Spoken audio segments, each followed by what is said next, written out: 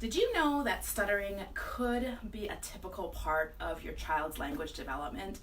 Maybe you've got a kiddo ages 2 to 5 or 6 maybe, and you're noticing that they're talking a whole lot, but they're starting to trip over words or maybe add some things in or repeating themselves over and over and over, and you just aren't sure if that's typical. Well, today on our conversations about communication, we will be talking about when stuttering is a problem.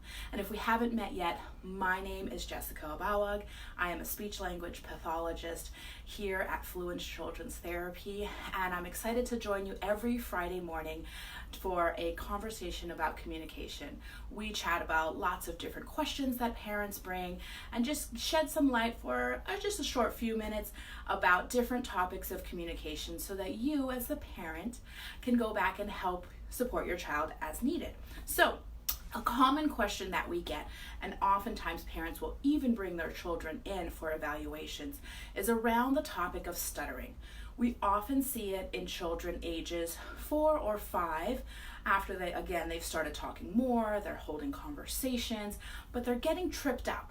And just wanted to kind of bust some myths that are out there and provide some facts for you guys about when stuttering is a problem and when it's just part of typical language development. So, oftentimes we will see a lot of children, especially between the ages of 2 to 6, develop what looks like a stuttering problem. And the technical term for stuttering, or things that we hear, are called disfluencies. So there are different types of disfluencies, and really when we're looking at determining whether what our child is doing, whether that's an issue or a concern that should get some intervention for it, or some help or support or therapy, we have to look at how often the child is having these disfluencies. Right there, that was a disfluency. I had to go back, fix it, and revise it. So we're looking at how often the disfluencies happen and the types of disfluencies.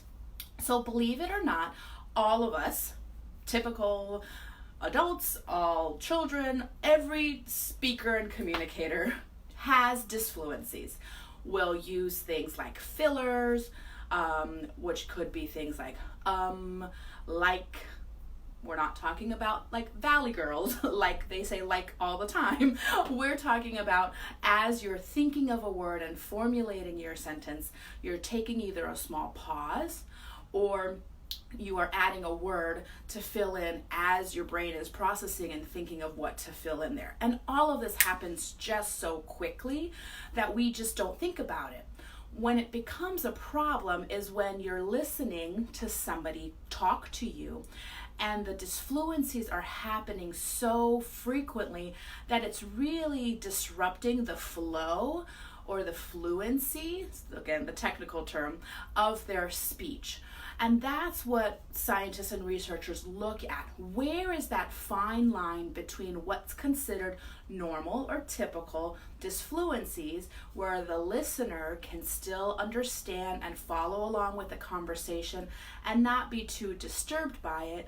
Where does it tip? So where's the turning point to when a listener is listening to a speaker talk and the disfluencies just get to be too much and too obvious that it's disrupting that flow of communication?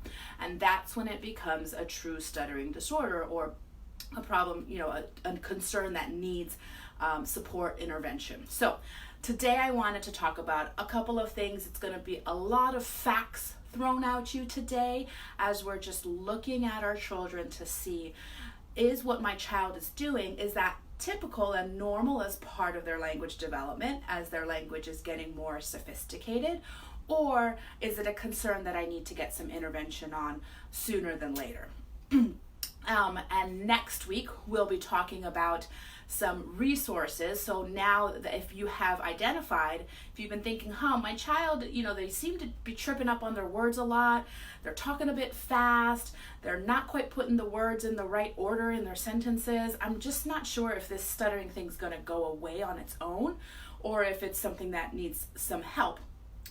Next week, we're going to talk about what to do about it. So today's just talking about how to identify it so that you can take the next steps that you need to take as the parent.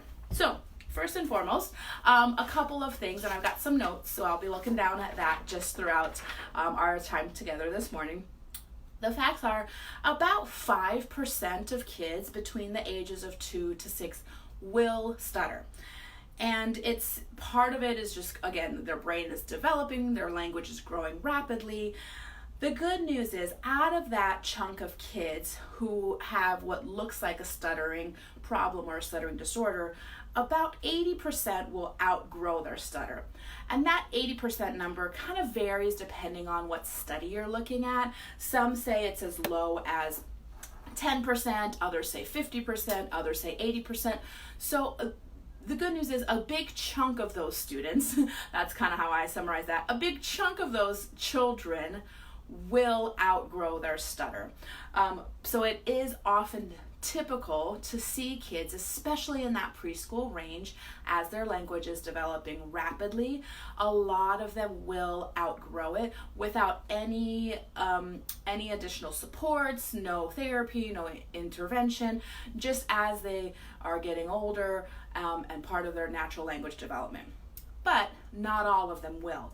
So how do you know as the parent if your child will outgrow it or if they will not? And that's the magic question for today.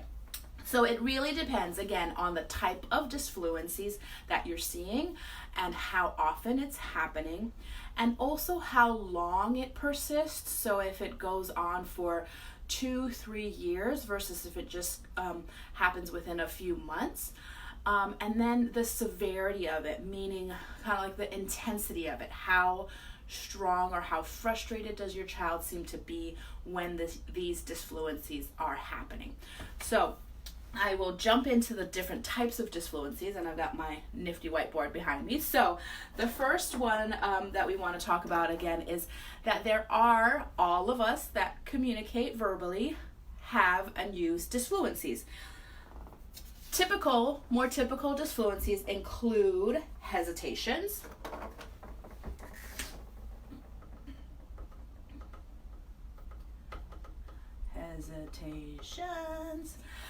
and again, that is an example of that would be what I just did.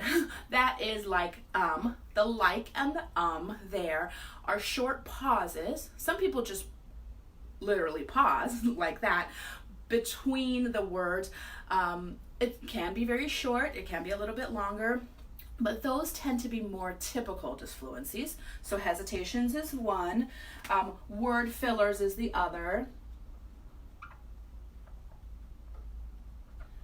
and that again are words like like, all of those words are called word fillers. Another type of typical disfluency are whole word repetitions.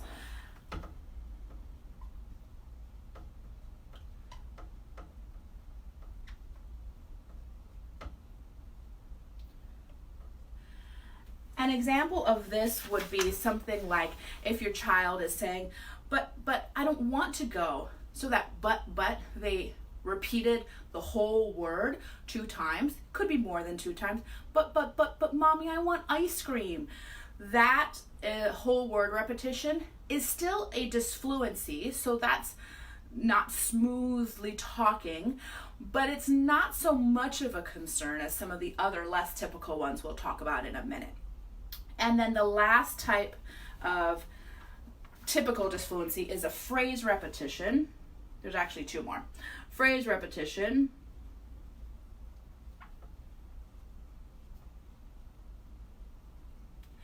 and revision. And examples of these would be, so a phrase repetition is just like it sounds. Instead of repeating the whole word, they may be repeating a short phrase. So something along the lines of, this is a problem. Or a revision would be, they start a sentence, backtrack, and then revise it a little bit to go on. So again, all of these on this side of the board are considered more typical disfluencies. Things like hesitations, word fillers, whole word repetitions, phrase repetitions, and revisions. If you're seeing your child do a majority of those types of disfluencies, then the likelihood of your child growing out of the stutter, especially if they're at the younger age, is higher. So there's a higher likelihood that your child will outgrow it without any professional intervention or any supports put in place. One little caveat here that I forgot to mention: children who have had something like a stroke, a seizure, a traumatic brain injury, those are not the types of children that I'm talking about today, because a lot of those have clear neurological impairment. So some trauma, something happened to the brain that may be causing the stuttering, and those children, excuse me, while I gather my thoughts. Children who have that clear neurological impairment have a higher likelihood that the stuttering will persist over time. It could get better with intervention, but there's a clear cause of that. Today, I am mostly talking about preschool age children who are typically developing in every other area of their development. So just wanted to make that distinction. Also, if a child develops a stutter at an older age, say around 10 or higher, that is high. The likelihood is higher that they'll need some intervention to support that stuttering behavior. But again, we're talking about preschool children today. So those are the more typical disfluencies that we see, again, that all children, communicators, adults use. And then what we're really looking for to determine if this is a problem is the less typical stuttering. And so less typical stuttering are things such as part word or sound syllable repetition. So let me write all that out there.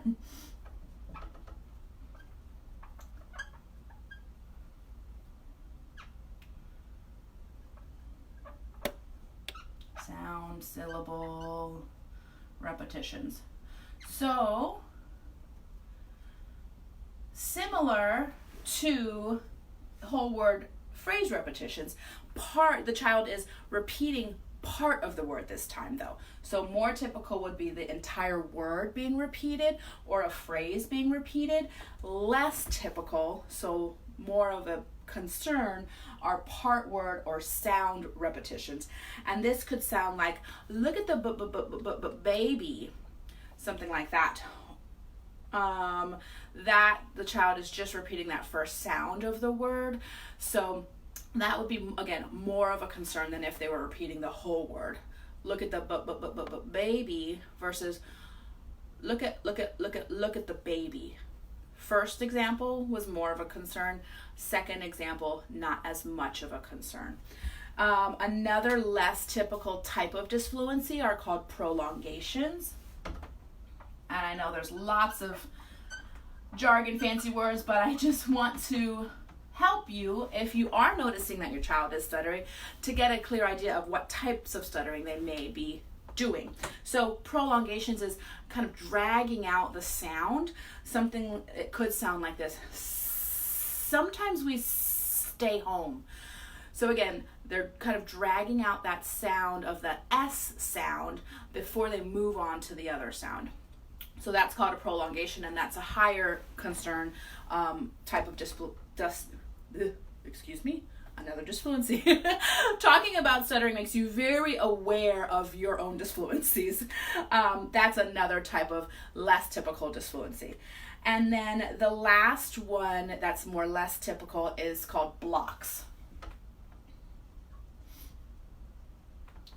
And this is something, it's inaudible, so you can't hear it. It's more of a silent fixation or inability to get the words out. So it could look something like that, where the child, and you'd have to, of course, be watching the child to see that, or listening and notice that, there's a long pause, what's going on when my child is talking. So again, those three are the less typical forms of disfluencies, and if your child is doing more of these types of disfluencies, then it's likely about time to get in touch with a speech language pathologist to get an evaluation to see how some help could be put in place.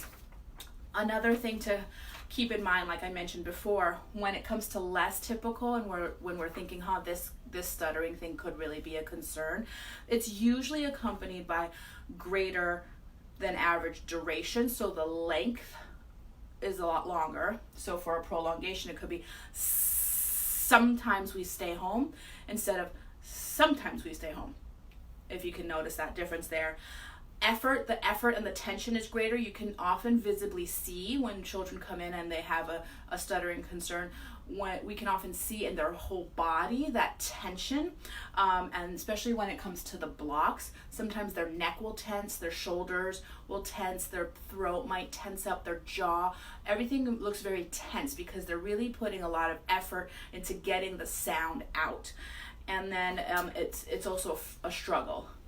There could be frustration, there could not be frustration. It really depends on the child and their personality, and their age, in terms of whether other kids are noticing, making comments, what you as the parent, what your reaction is.